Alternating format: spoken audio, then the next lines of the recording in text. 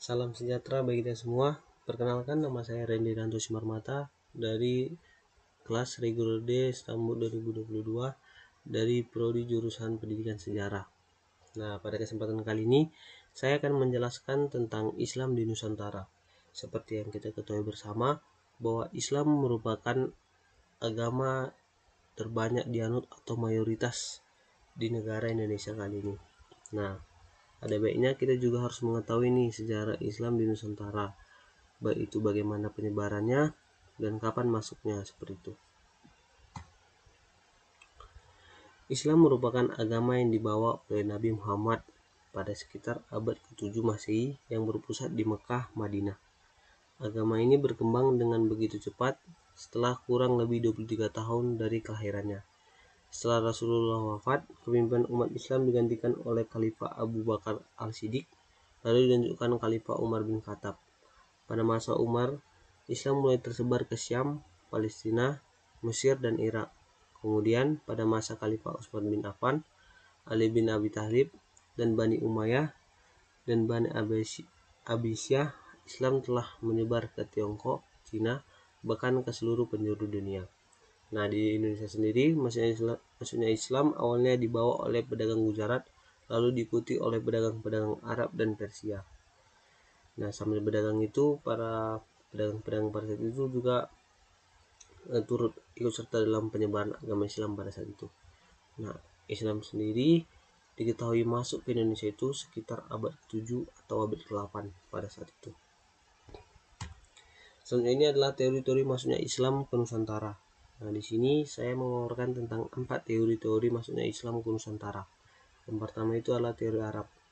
Teori ini menyatakan bahwa Islam di bawah dan disebarkan ke Nusantara langsung dari Arab pada abad ke-7 sampai 8 Masehi. Pada saat kerajaan Sriwijaya mengembangkan kekuasaannya. Tokoh-tokoh teori ini adalah Crawfurd, Keizer, Neyman, De Hollander, Hashim, Hamka, Al-Attas, Djajarningrat, dan Mukti Ali.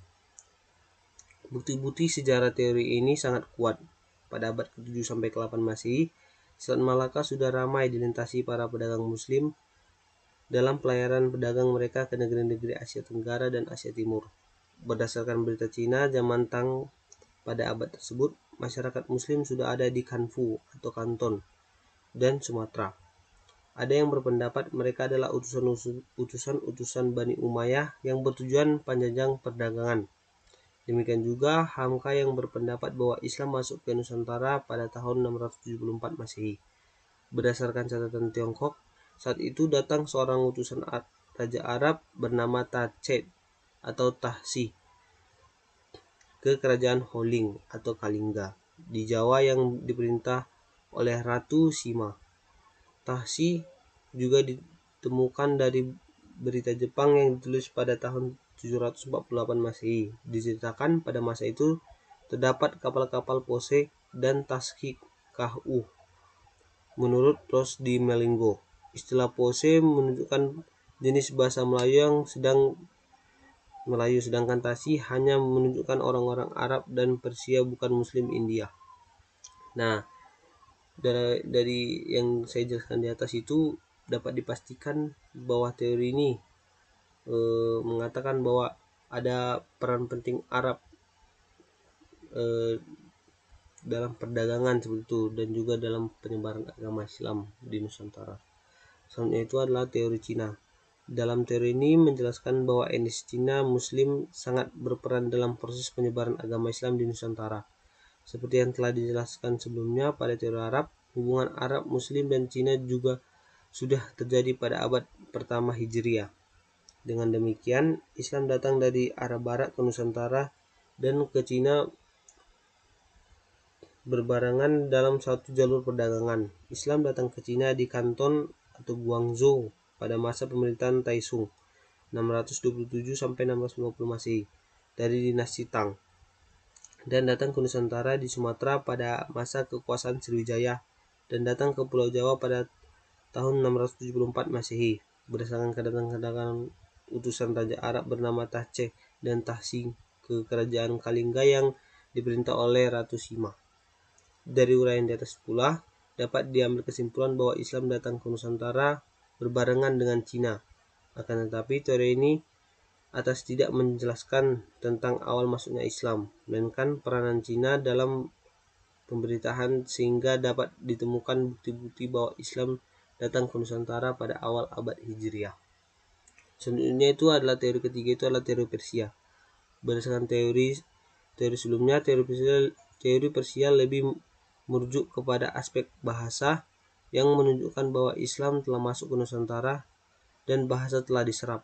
Seperti kata abdas yang dipakai oleh masyarakat Sunda merupakan serapan dari Persia yang artinya wudhu.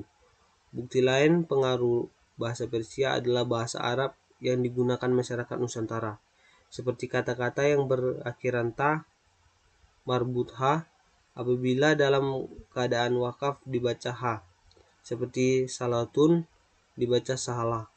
Namun dalam bahasa Nusantara dibaca salat, zakat, tobat, dan lain-lain. Selanjutnya itu adalah teori terakhir, adalah teori India. Teori ini menyatakan Islam datang ke Nusantara bukan langsung dari Arab, melainkan melalui India pada abad ke-13. Dalam teori ini disebut 5 tempat asal Islam di India, yaitu Gujarat, Cambai, Malabar, Coromandel, dan Bengala. Teori India yang menjelaskan Islam berasal dari Gujarat terbukti mempunyai kelemahan-kelemahan. Nah, selanjutnya itu dengan adanya teori-teori ini ada juga jalur-jalur penyebaran Islam di Nusantara pada saat itu. Di sini saya mengambil 6 jalur yang ditempuh dalam penyebaran agama Islam. Yang pertama itu adalah jalur perdagangan. Di sini awalnya Islam merupakan komunitas kecil yang kurang berarti. Interaksi antara pedagang muslim dari berbagai negara seperti Arab, Persia, anak buah India, Melayu, dan Cina yang berlangsung lama membuat komunitas Islam semakin berwibawa dan pada akhirnya membentuk masyarakat muslim. Selain berdagang, para pedagang Islam dari berbagai kawasan tersebut juga menyebarkan agama yang dianutnya dengan menggunakan sarana pelayaran. Selanjutnya, jalur kedua itu adalah jalur dakwah.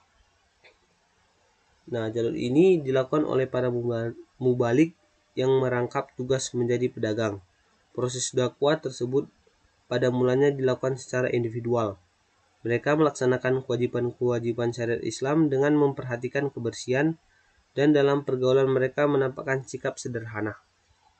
Ini pula yang menyebabkan bahwa orang-orang pada saat itu melihatnya itu menjadi tertarik untuk masuk Islam pada saat itu. Selanjutnya yang ketiga adalah jalur perkawinan. Nah, jalur perkawinan ini terjadi antara seperti para mubalik dengan anak-anak bangsawan pada saat itu. Berawal dari kecakapan ilmu pengetahuan dan pengobatan yang didapati dari tuntunan hadis Nabi Muhammad, ada di antara kaum muslim yang berani memenuhi sayembara yang diadakan oleh raja dengan janji bahwa barang siapa yang dapat mengobati putrinya apabila perempuan akan dijadikan saudara, sedangkan laki-laki dijadikan menantu. Nah, di sini juga jalur perkawinan itu merupakan jalur yang ditempuh dalam penyebaran agama Islam pada saat itu. Selanjutnya yang keempat itu adalah jalur pendidikan.